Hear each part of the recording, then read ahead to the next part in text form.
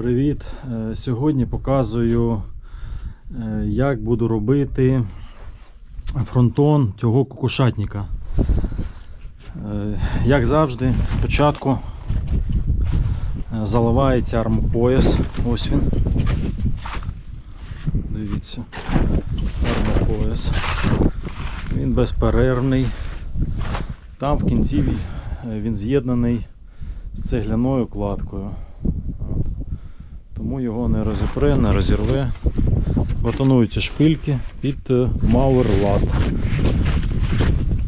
Тепер вкладається мауерлат. Має бути з випуском. Випуск буду робити 60 см, щоб був невеликий дашок над входом в будинок. І дощ не лив на стіни. І тут важливий момент. Мені треба попасти, щоб мій мауерлат сходився з кроквиною, яка буде йти звідти. Тому що в цьому місці буде починатись індова до центру.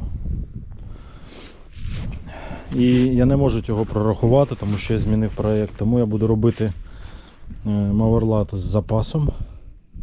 А потім по факту його просто обріжу і викину зайвий. Але є проблема, що на мауерлат в мене було залишено 2 бруси по 3 метри. І тепер мені його не вистачає саме через цей запас. І випуск я планував 30 см, але це мало. Буду робити 60 см. І тут має бути запас.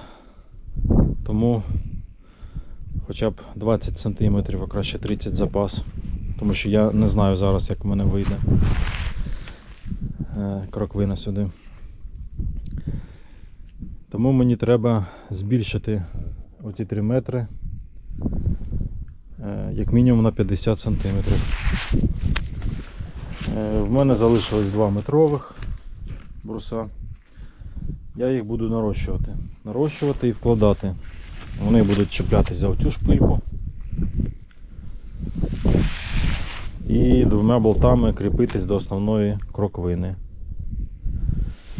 Зараз я починаю з того, що я вкриваю це все мастикою.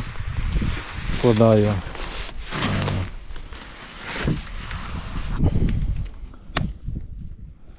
і потім вже буду класти мауерлат. І все буду поетапно показувати. Гідроізоляцію виконано за допомогою бітумної мастики для фундаменту, і на неї приклеєно самий дешевий рубероїд. Рубероїд має бути обов'язково, скільки ви мастики не наліпили, рубероїд обов'язково має бути. Тепер мені потрібна цепна пилка і свердло. Зараз я буду класти, приміряти мауерлат на своє місце, відміряти і доточувати оці метрові шматки. Значить, виклав. Випуск буде 70 см. За допомогою такого кутика, ось таким чином, на відстані, тобто посередині 75 мм ставлю крестики. Один, другий, третій. І тепер ось тут на кінці відмітив 50 см. З цього боку 5 см і тут 5 і провів лінію. Це буду пилкою зараз робити надріз і отак зрізати. І аналогічний заріз робити на цьому шматку. І з'єднувати їх 2 болтами. Але пішов дощ, як завжди. Доведеться ховати інструмент.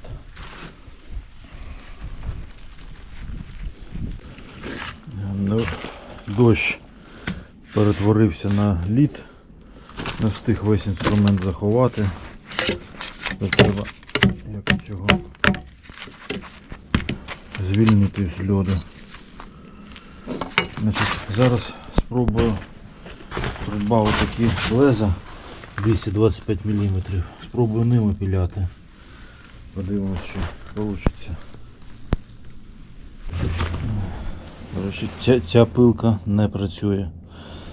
В неї дуже дрібний цей зуб. І це дуже довга історія.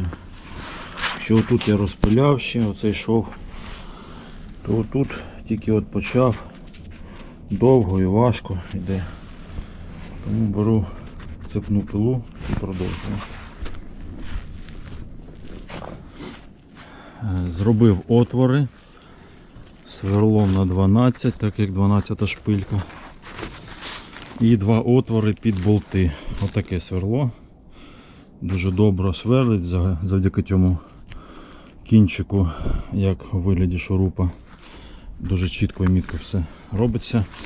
І тепер обробляю всі отвори тим самим страж 1. Всі зрізи і отвори. І отакі 12 болти знизу отак вставляю і монтую вже на шпильки цю частину. І переходжу до другої частини. Посадив на шпильки, закрутив, стягнув донизу її, цю частину. Тепер другу частину зробив відповідний виріз, поставив мітки навпроти шпильок та болтів. І тепер роблю отвори, сажу і все скріплюю. І в мене виходить цілісний моверлат. Ось так. Продовжив моверлат. Таким чином ось в мене крайня шпилька.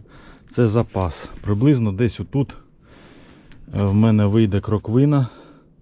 І я потім зайве просто обріжу.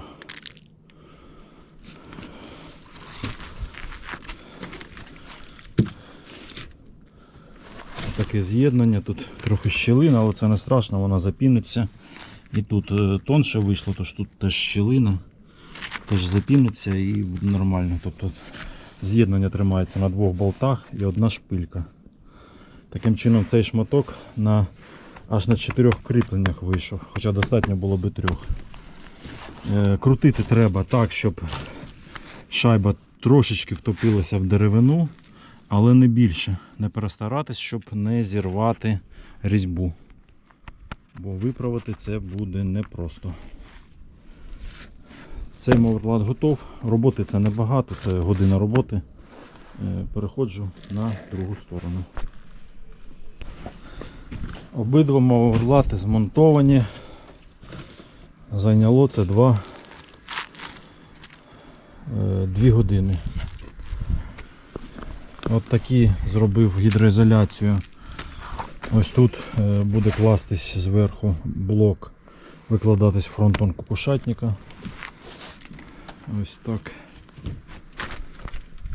виглядає з іншого боку аналогічно. Тобто камінь буде так, я вже це показував на основних фронтонах. Все. Тепер, коли моверлат змонтовано, можна починати роботу над фронтоном. На цьому все. Дякую всім за увагу, всім пока.